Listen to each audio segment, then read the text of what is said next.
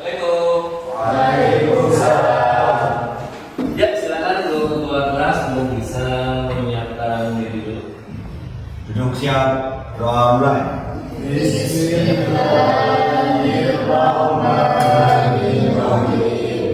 Raditu billahi rabban wa bil islami dinan wa bi Muhammadin nabiyyan wa rasulan. Rabbi zidni ilma warzuqni fahman. Amin ya rabbal alamin. Selesai, salam. Assalamualaikum warahmatullahi wabarakatuh. Waalaikumsalam warahmatullahi wabarakatuh. Apa kabar hari ini? Alhamdulillah baik. Oke, satu pembelajaran proses dimulai lama akan menyapa satu persatu dulu ya. Mudah-mudahan kelas dalam keadaan aman dan kalian serta kita semua dalam kondisi sehat walafiat. Allahumma amin. Kita sapa dulu satu persatu ya. Ini yang pertama ada Ahmad Komarudin. Pak. Oke. Sehat ya Mas ya? Alhamdulillah. Sapinya sehat? Oke, ya terima kasih. Ahmad Jabdur. Oke. Ahmad Jabiri. Oke. Ibil Munawar. Anda Oke. Solihatun. Oke, sip. Munawar.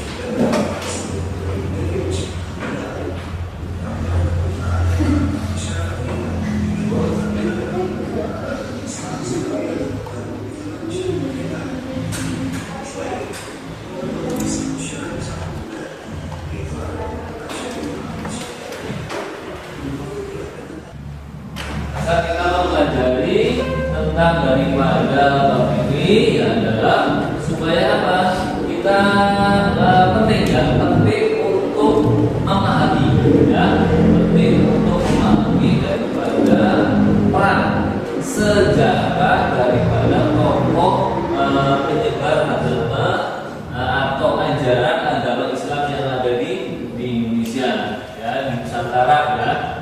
Nusantara itu apa namanya, supaya kita tahu ya, supaya kita tahu apa namanya kebesaran daripada ajaran agama Islam.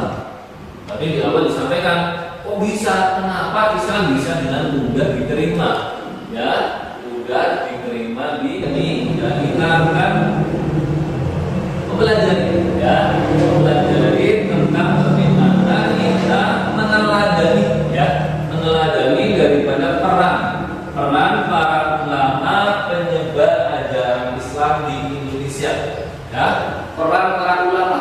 Yang namanya peran para ulama di sini ada singkatan peran para ulama, berarti otomatis berarti merujuk kepada tokoh ya, merujuk kepada tokoh siapa yang menyebar ajaran Islam di Indonesia. Kok bisa sampai sebanyak ini jumlahnya, padahal letaknya jauh dari tanah kelahirannya, yaitu di Makkah ya. Dari Indonesia sudah memuncaki klasmen, iya ya, memuncaki kelas.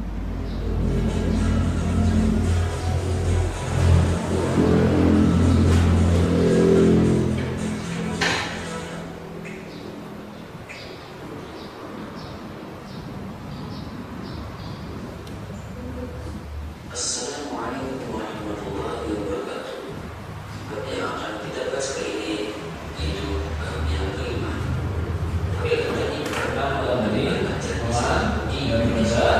ulama penyebar ajaran agama Islam di Indonesia. Ya, ini pertama ada teori, maksudnya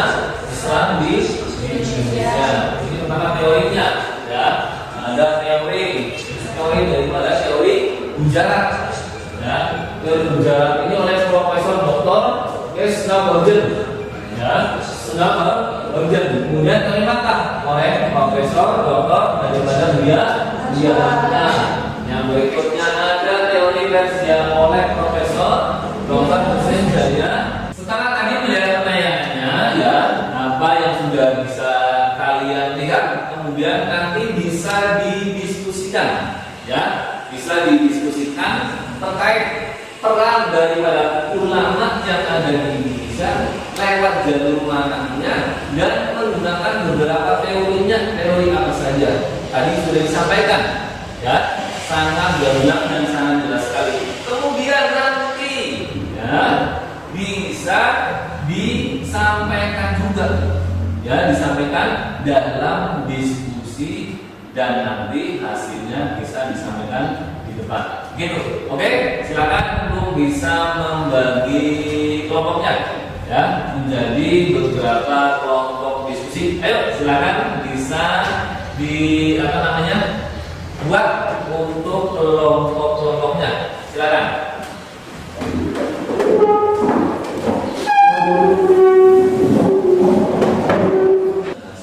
Hasil daripada diskusinya apa, ya.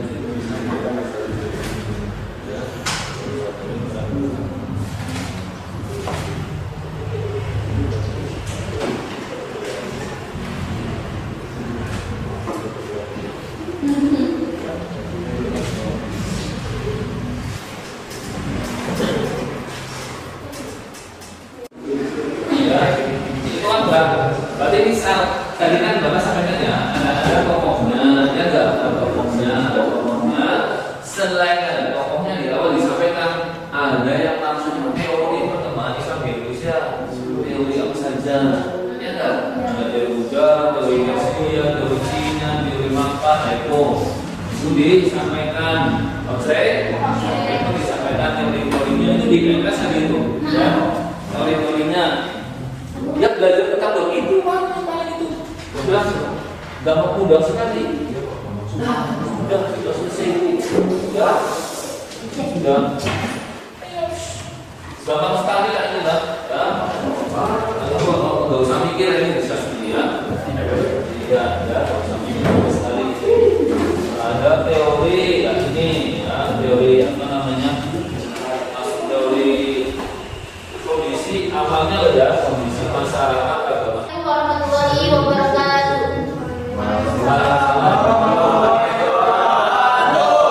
Perkenalkan, kami dari kelompok 1 akan mempresentasikan tentang diskusi kami. Perkenalkan, nama saya Maria Nasifah dari dan rekan saya. Saya Rio Dewianto. Saya Cynthia. Saya Muhammad Fakir.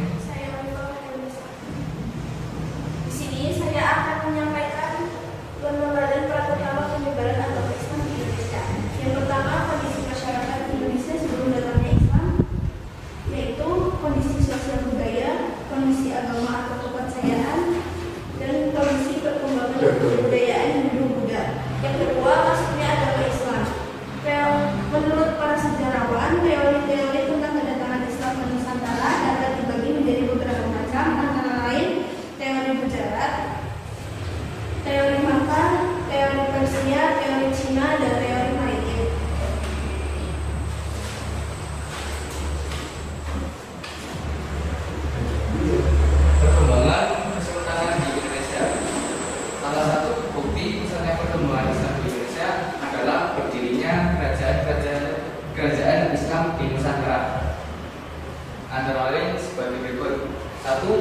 Kerajaan Samudra Pasai, 2 Kerajaan Demak, 3 Kerajaan Banten, 4 Kesultanan Cirebon, 5 Kerajaan Ternate, 6 Kerajaan Tidore, 7 Kerajaan Bacan.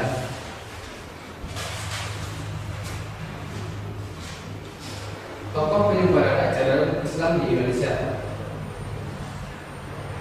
Sultan Maulana Hasanuddin.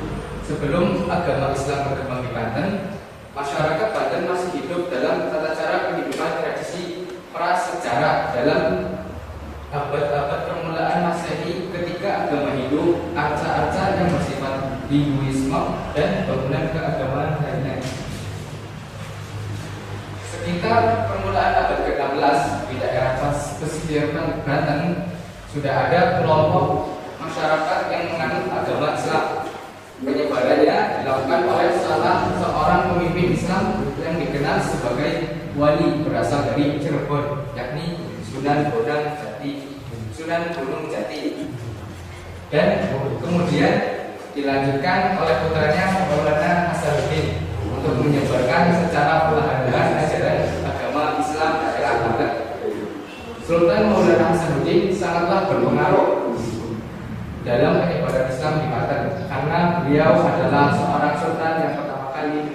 Ya, setelah mendiskusikan tadi ya, setelah mendiskusikan dari Pak Aga ya, keteladanan ya, peran para ulama penyebar yang ada di Indonesia ya, yang ada di Nusantara ya, kita bisa melihat dari Pak Aga yang namanya contoh ya, sebagai contoh para ulama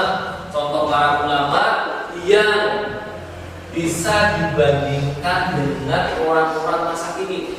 Apa saja sih yang dipunyai oleh mereka? Kok kenapa sih bisa diterima di Indonesia? Ada apanya? Ya enggak? Dari mananya? Kok bisa bisa semaju ini, bisa berkembang sebesar ini? Ya. Kemudian nanti dicari dari mana asal. Hasil presentasinya bisa diterima, hasil presentasinya Bisa. Oke, kalau begitu kita langsung. Oke, nah setelah kita mempelajari dan ya, mendiskusikan hasil daripada pelajaran ya, peran para ulama yang ada di Indonesia. Di sini ingin Bapak sampaikan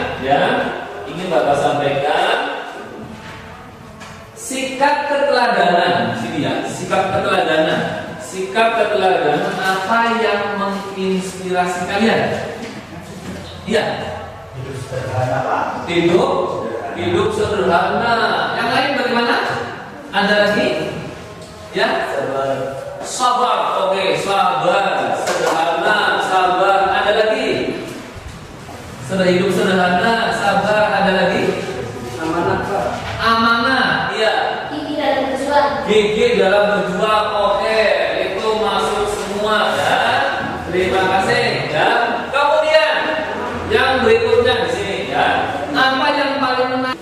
Ya, silakan setelah bahasan tadi, silakan untuk LKBD-nya dikumpulkan ya, hasil diskusinya tadi untuk dikumpulkan di depan.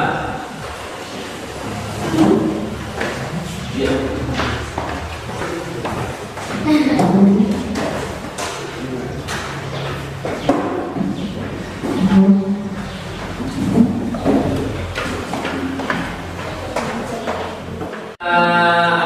Tadi diskusi sudah selesai, kita kembali ke tempat duduknya masing-masing ya. Dirapikan kembali karena kita masuk nanti ke penilaian ya. Bagaimana kita setelah belajar tentang kelompok tadi, teman pelajaran tadi, menyenangkan apa tidak? Kalau menyenangkan berarti ditambah tugas ya. Kita kasih tugas individu ya. Oke. Kasih tugas individu. Iya, kasih tugas individu. Tugas individu dapat.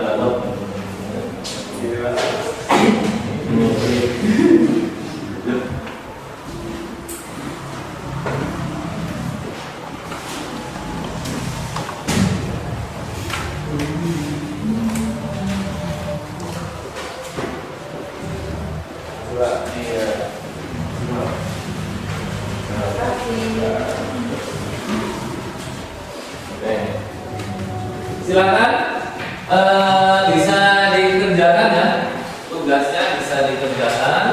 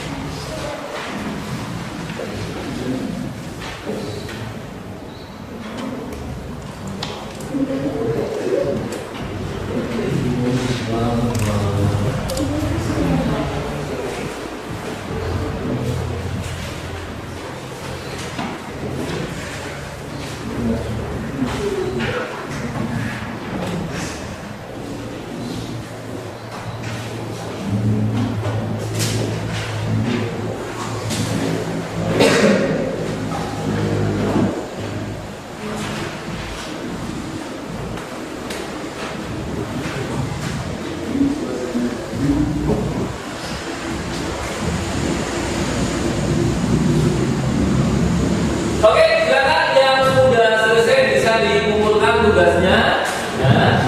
Bisa dikumpulkan tugasnya.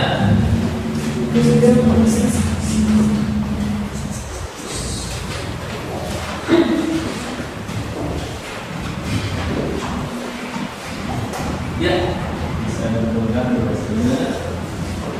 Terima kasih.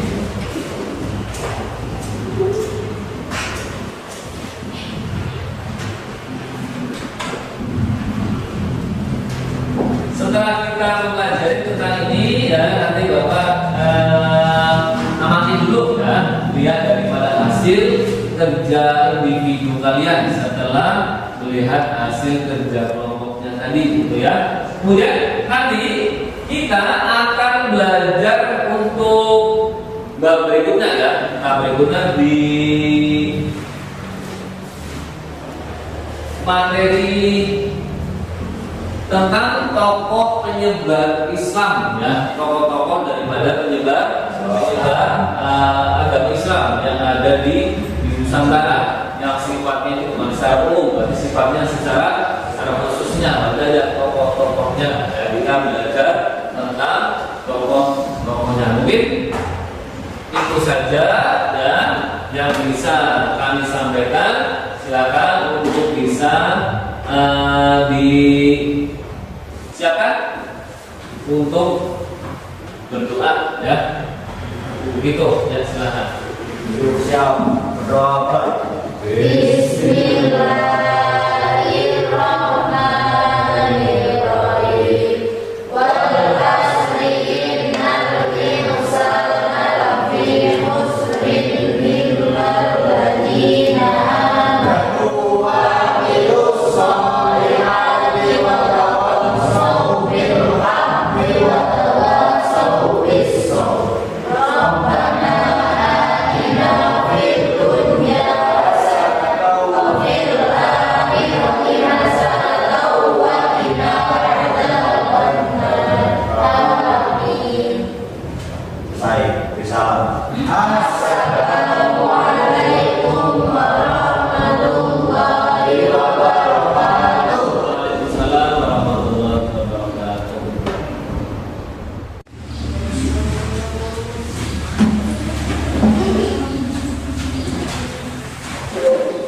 Thank you.